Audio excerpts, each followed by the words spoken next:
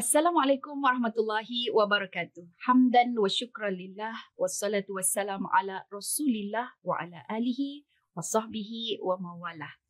Baik, tajuk kita hari ini adalah sejarah ringkas perkembangan ilmu akidah.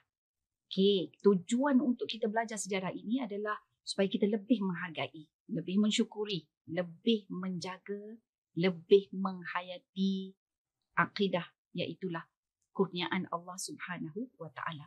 Tuan-tuan dan puan, ada 6 zaman perkembangan ilmu akidah ini. Tetapi sebelum kita nak tahu ke-6 zaman ini, Islam menempuh satu zaman yang luar biasa dahsyatnya, iaitu zaman jahiliyah. Maka baginda Rasulullah sallallahu alaihi wasallam telah meruntuhkan jahiliyah serta menggantikannya dengan cara hidup Islam. Baik akidah yang kita nak bincang ini, seterusnya kepada kehidupan masyarakat ataupun kehidupan individu. Individu dan masyarakat. Baik, ke-6 zaman itu sudah tentulah bermula daripada zaman baginda Nabi SAW. Dan zaman Nabi ini kita kenali pada tempoh tahun 622 Masihi hinggalah 632 Masihi. Dan di sini berlakunya pertembungan antara jahiliyah dan juga Islamiah, dan Nabi SAW telah berjaya meruntuhkan akidah yang tak benar ataupun akidah yang sesat dan hanya meletakkan la ilaha illallah ataupun tiada Tuhan melainkan Allah semata-mata sebagai akidah yang benar. Dan waktu ini tidak timbul permasalahan tentang akidah sebab ada Nabi Muhammad SAW sebagai rujukan utama. Maka para sahabat, umat Islam pada waktu itu, bila ada masalah, dia terus berjumpa dengan Nabi. Dan waktu tu tak timbul lagi isu berkenaan dengan sifat 20 ataupun sifat ketuhanan. Baik, kita pergi ke akidah yang zaman kedua. Perkembangan akidah zaman kedua, iaitulah akidah zaman Khulafa Ur-Rashidin. Ada 4, di mana kita ada Saidina Abu Bakar As-Siddiq, diikuti oleh Saidina Umar, Saidina Uthman dan juga Saidina Ali radhiyallahu anhum ajma'in. Seterusnya tuan-puan, kita masuk ke zaman Khulafa Ur-Rashidin. Dan zaman Khulafa Ur-Rashidin ini kita mulai dengan zaman Saidina Abu Bakar As-Siddiq, diikuti dengan zaman Saidina Umar Al-Khattab. Zaman Saidina Abu Bakar As-Siddiq bermula daripada 632 hingga 634 Masihi. Ia 2 tahun saja. Manakala zaman Saidina Umar radhiyallahu an adalah 634 hingga 644 Masihi. Maka di zaman Khulafa Ar-Rashidin yang pertama, iaitu zaman Saidina Abu Bakar dan Saidina Umar, tuan-tuan puan-puan, umat Islam pada waktu itu fokus pada perkembangan Islam itu sendiri. Bagaimana hendak membina Islam dalam kehidupan, memurnikannya dalam keadaan amal dan juga praktikal. Dan pada waktu itu, fokus mereka tidaklah pada isu-isu remeh akidah. Mereka hanya berpegang kepada Allah yang satu dengan pemahaman kepada kesatuan umat.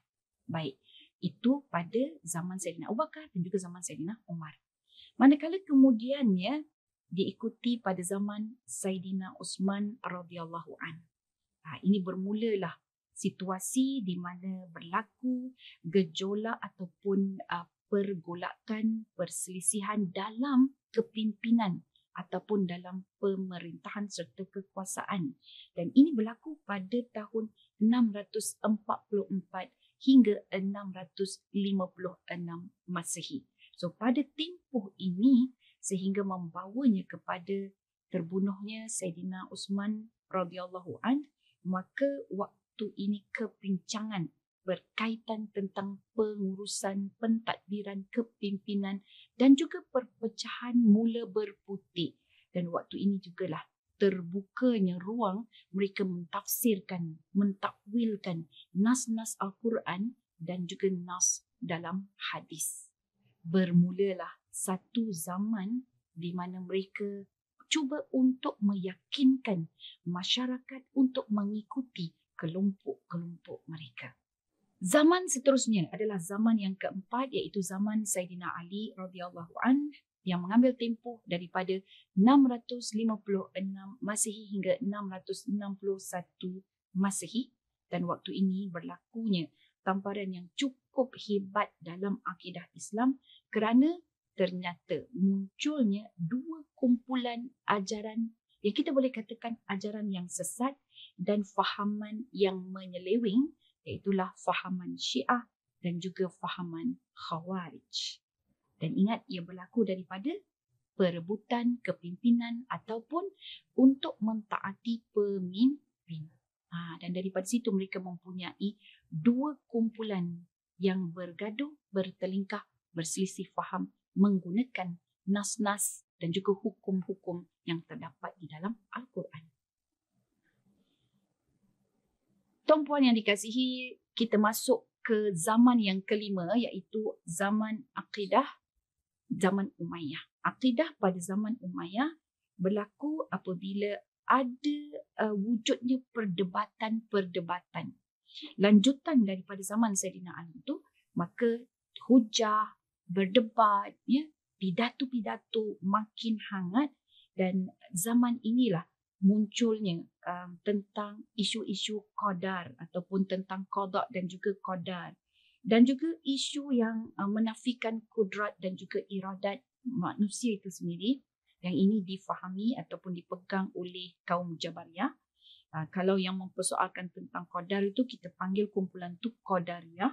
Dan juga lahirnya golongan orang yang menafikan sifat-sifat Allah dan mendahulukan logik akal mereka, yang kita panggil ia sebagai kumpulan Mu'tazilah.